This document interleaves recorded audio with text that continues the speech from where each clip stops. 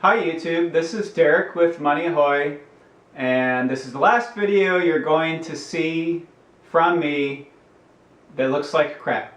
That's right, I went out and got myself a Canon XA30. Took all the money I've made from YouTube over the past couple years and invested it in this bad boy. This camera comes highly recommended. So what I'm going to do for you in this video is do a quick unboxing and then do a review of the camera and show you some nice videos that I've taken with it. Let's get started. Okay, let's open this up. See what we've got. Registration card. Looks like all the drivers. Manual for the XA30, XA35. Pretty thick. Alright, I got this off of Amazon for basically $1,800 if you're wondering. Battery looks like. Yep, it's definitely the battery. Mini HDMI cord. Let's see. Power cord. I'm guessing for the charger.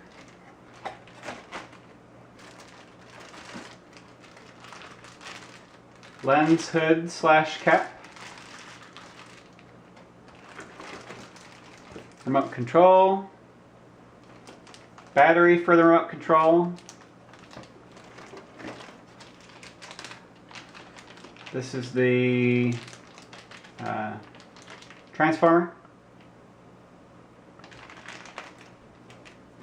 See, 2 screws. I think that's for the lens hood on the front. Not sure yet. Audio video cable, USB cord for downloading files to the computer.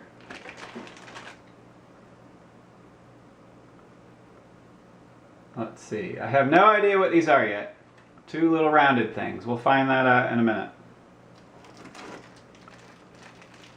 Mic clamp.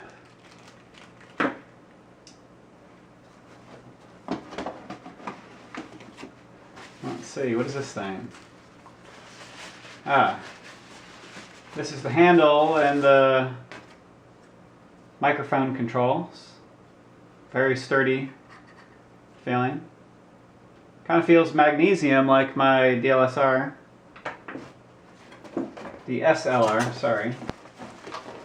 And then let's see, here's the actual camera, carefully wrapped in bubble wrap,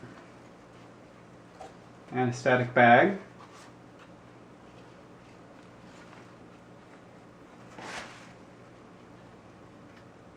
There we go. Very nice feeling. And before we continue on, I'm going to take a minute to just familiarize myself with everything so I don't screw anything up as I'm putting it together for you guys. Okay, I've got it charging here. I wanted to show you the first step. This little doodad was actually a ferrite core. It reduces radio frequency that can come over the power cable. So you wrap it around that, lock that into place. The battery clips in right here. Pretty simply, this is the battery release here, and then the transformer just plugs in like any old transformer. I won't take time to show you that. And this is where the power plugs in right here, and as you can see, battery's charging. So next we're going to attach the microphone holder unit.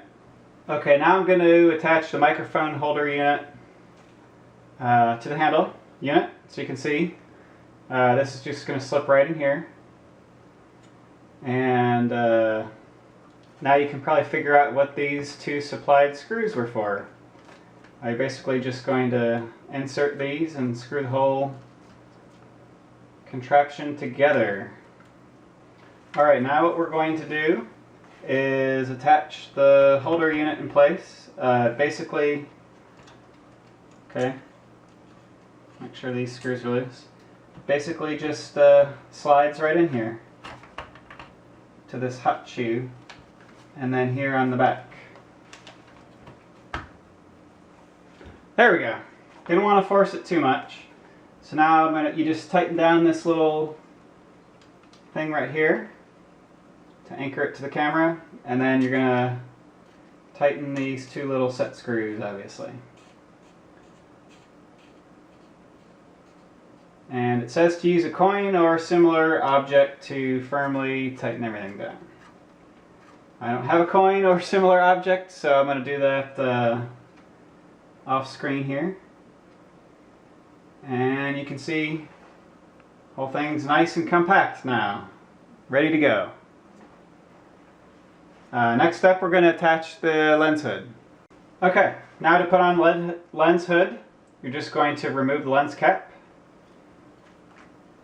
and twist this bad boy on.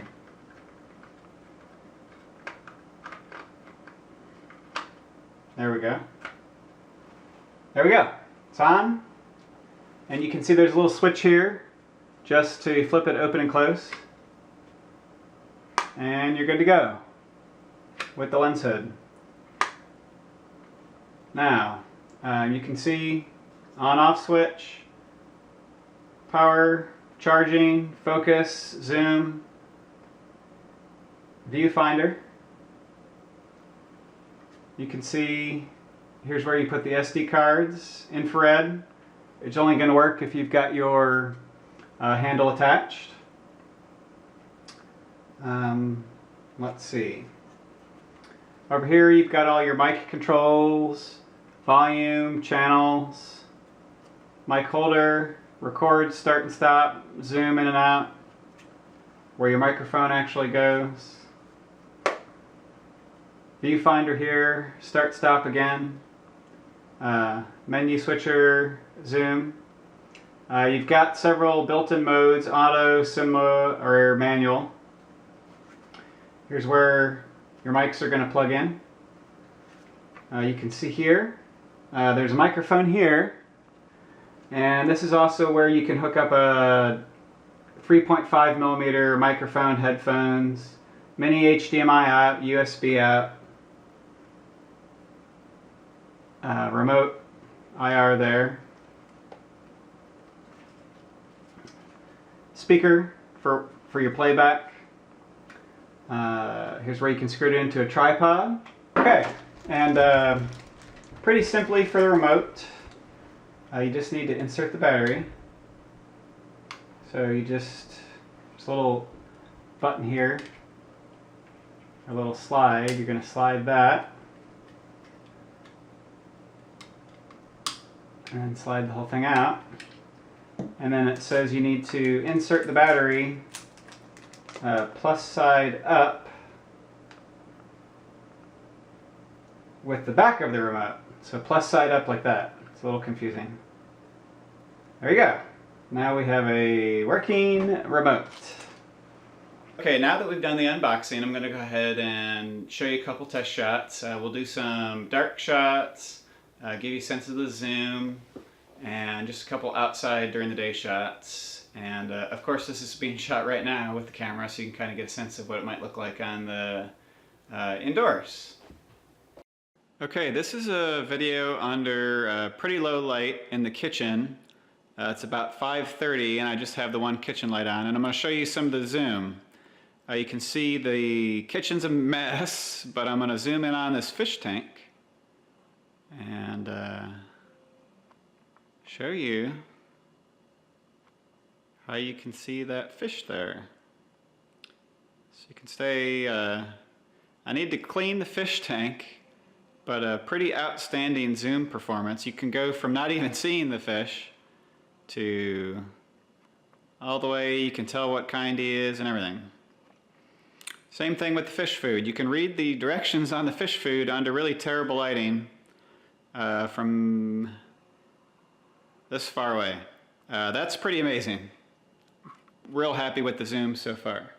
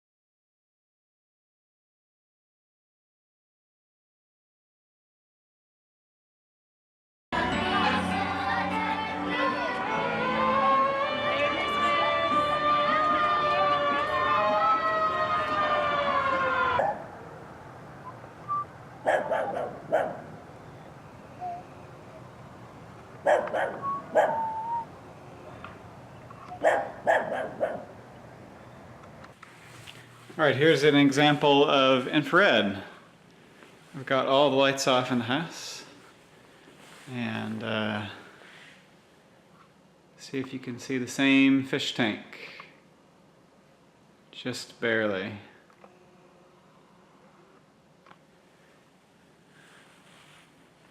can see it works really well if there's just a little bit of light. If it's pitch black,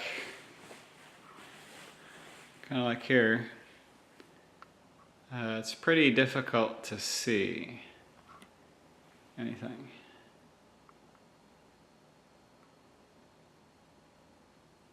Pretty cool nonetheless.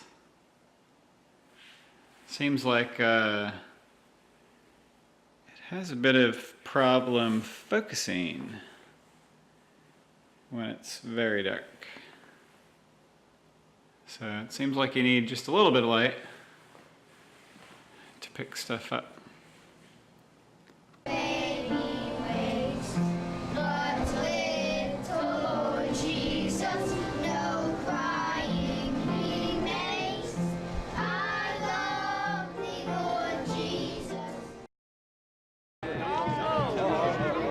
Can you speak to that camera? Ah, I'll bet you can. What do you think about this situation here at Washington Crossing? Do you think we're going to get across today? Yes. Good. Oh, I'm glad you're confident.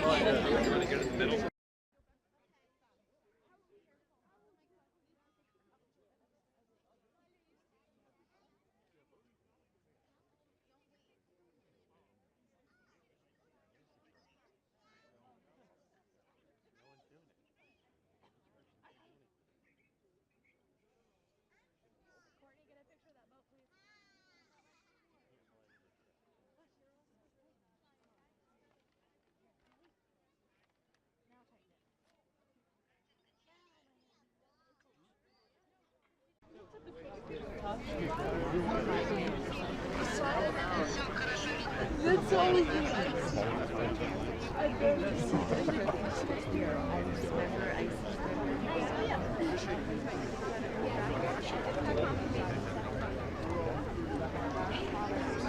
You can live vicariously through that. Mom, that's only the first one. Mom,